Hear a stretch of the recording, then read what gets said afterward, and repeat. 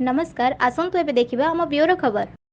ଯେତେବେଳେ ମୁଁ ଷ୍ଟୁଡେଣ୍ଟ ଥିଲି ସେତେବେଳେ ଆମେ 15 ଦିନ ଆଗରୁ ବାରିପଦା ଆସିବା ପାଇଁ ଯୋଜନା କରୁଥିଲୁ ଏବଂ ସେତେବେଳେ ମାତ୍ର ଗୋଟିଏ ବସ୍ ଥିଲା।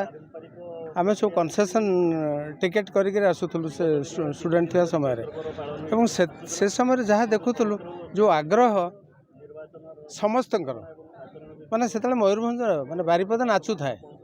ଆମେ କ'ଣ ନାଚୁ ବାରିପଦା ନାଚୁଥାଏ କିନ୍ତୁ ବର୍ତ୍ତମାନ ଧୀରେ ଧୀରେ କମି କମି ଆସିଲାଣି ସବୁ ଜିନିଷ।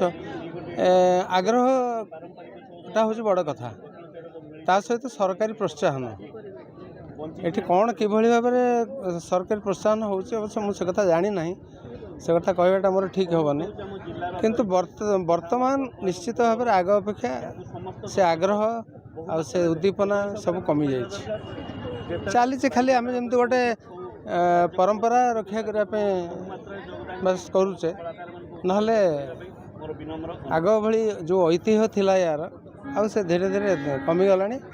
ଆଉ ଛଉର କଳାକାର ଗୁରୁମାନେ ବି ମରିଯାଉଛନ୍ତି ଧୀରେ ଧୀରେ।